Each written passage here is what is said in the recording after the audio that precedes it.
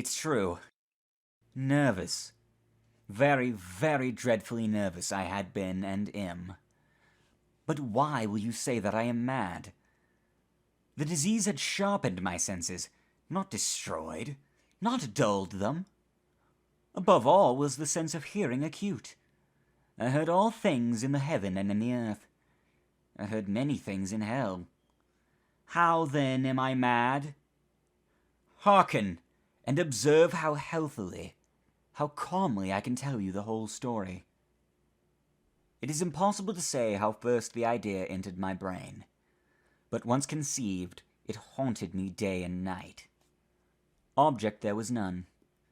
Passion there was none. I loved the old man. He had never wronged me. He had never given me insult. For his gold I had no desire. I think it was his eye. Yes, it was this. He had the eye of a vulture, a pale blue eye with a film over it. Whenever it fell upon me, my blood ran cold. And so by degrees, very gradually, I made up my mind to take the life of the old man, and thus rid myself of the eye forever. Now this is the point. You fancy me mad. Madmen know nothing, but you should have seen me. You should have seen how wisely I proceeded, with what caution, with what foresight, with what dissimulation I went to work.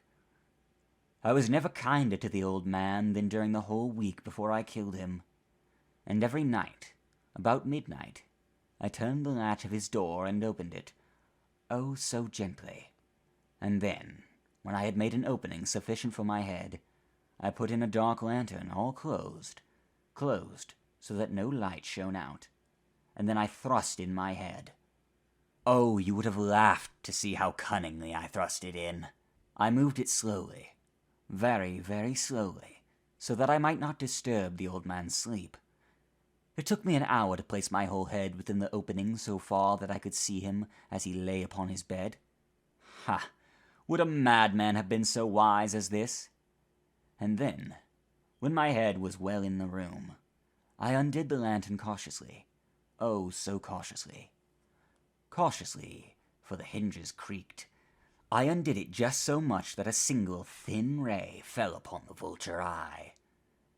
And this I did for 7 long nights, every night just at midnight. But I found the eye always closed, and so it was impossible to do the work. For it was not the old man who vexed me, but his evil eye. And every morning when the day broke, I went boldly into the chamber and spoke courageously to him, calling him by name in a hearty tone, and inquiring how he has passed the night.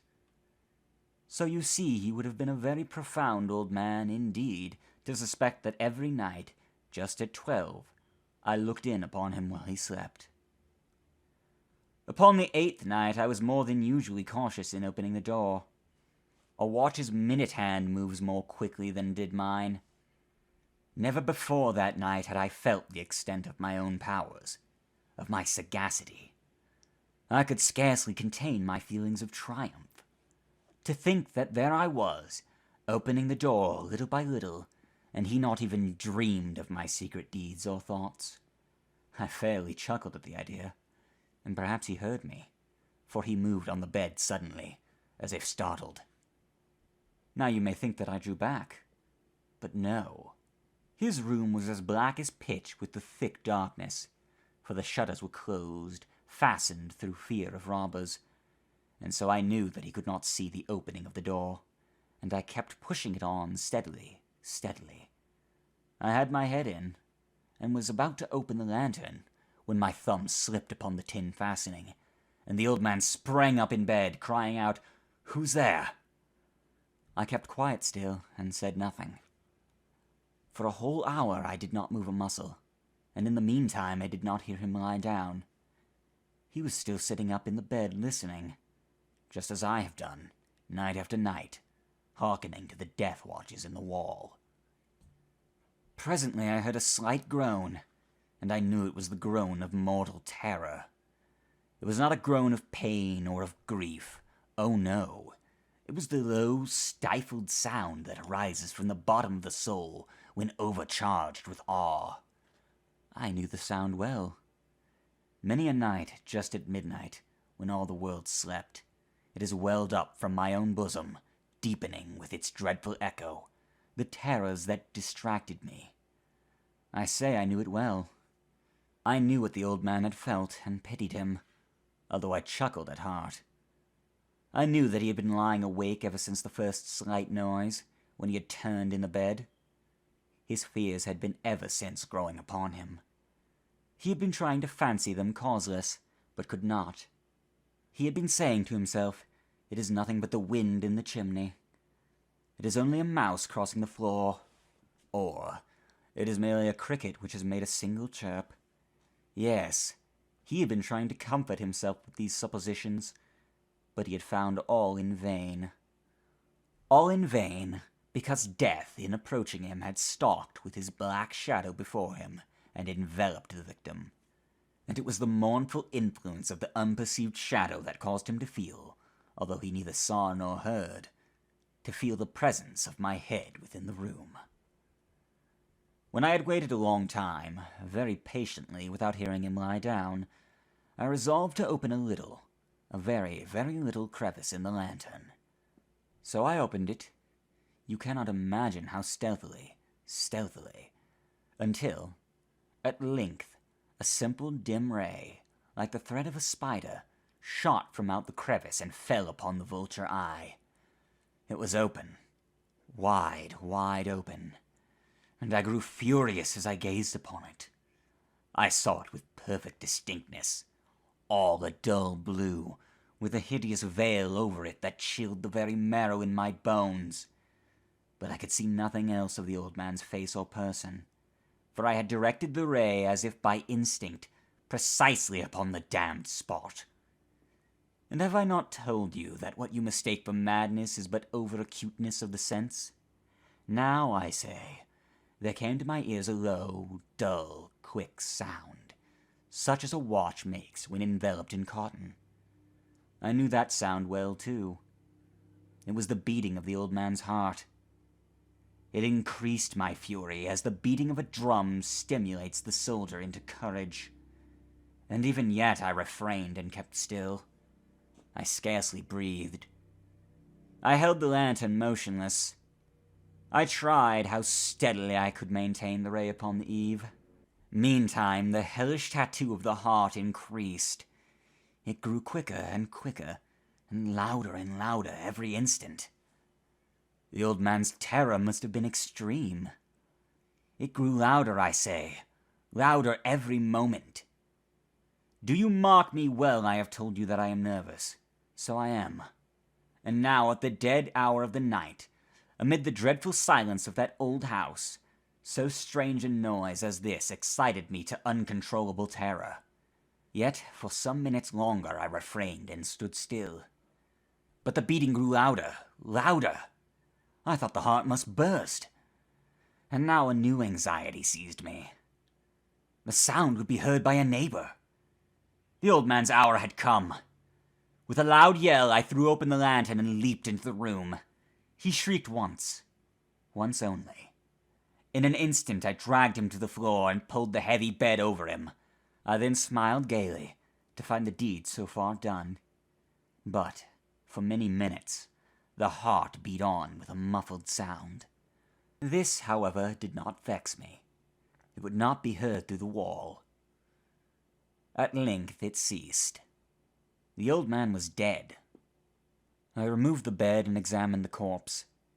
Yes, he was stone dead. I placed my hand upon the heart and held it there many minutes. There was no pulsation. He was stone dead. His eye would trouble me no more.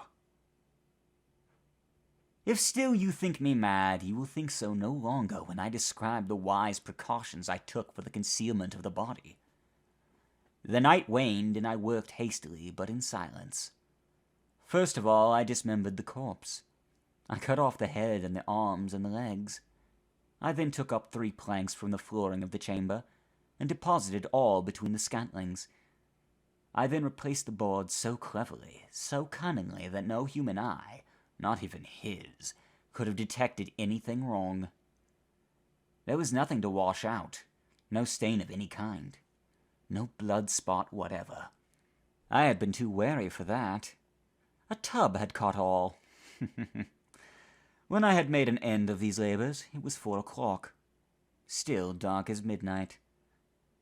As the bell sounded the hour, there came a knocking at the street door. I went down to open it with a light heart, for what had I now to fear? There entered 3 men, who introduced themselves, with perfect suavity, as officers of the police. A shriek had been heard by a neighbor during the night. Suspicion of foul play had been aroused. Information had been lodged at the police office, and they, the officers, had been deputed to search the premises. I smiled, for what had I to fear? I bade the gentleman welcome. The shriek, I said, was my own in a dream. The old man, I mentioned, was absent in the country. I took my visitors all over the house. I bade them search well. I led them, at length, to his chamber.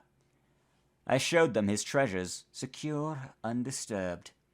In the enthusiasm of my confidence, I brought chairs into the room, and desired them here to rest from their fatigues, while I myself, in the wild audacity of my perfect triumph, placed my own seat upon the very spot beneath which reposed the corpse of my victim. The officers were satisfied. My manner had convinced them. I was singularly at ease. They sat, and while I answered cheerily, they chatted of familiar things. But ere long, I felt myself getting pale and wished them gone.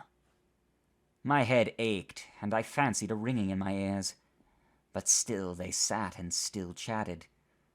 The ringing became more distinct. It continued and became more distinct. I talked more freely to get rid of the feeling, but it continued and gained definiteness, until, at length, I found that the noise was not within my ears. No doubt I now grew very pale, but I talked more fluently and with a heightened voice. Yet the sound increased, and what could I do? It was a low, dull, quick sound, much such a sound as a watch makes when enveloped in cotton. I gasped for breath, and yet the officers heard it not. I talked more quickly, more vehemently, but the noise steadily increased. I arose and argued about trifles in a high key and with violent gesticulations, but the noise steadily increased. Why would they not be gone? I paced the floor to and fro with heavy strides, as if excited to fury by the observations of the men. But the noise steadily increased. Oh God! What could I do? I foamed, I raved, I swore. I swung the chair upon which I had been sitting, and grated it upon the boards, but the noise arose over all and continually increased. It grew louder, louder, louder, and still the men chatted pleasantly and smiled. Was it possible they heard not? Almighty God! No, no. They heard. They suspected. They knew. They were making a mockery of my horror. This I thought, and this I think. But anything was better than this agony. Anything was more tolerable than this derision. I could bear those hypocritical smiles no longer. I felt that I must scream or die. And now, again, hark, louder, louder, louder, louder. Villains, I shrieked, dissemble no more. I admit the deed. Tear up the planks. Here, here. It is the beating of his hideous heart.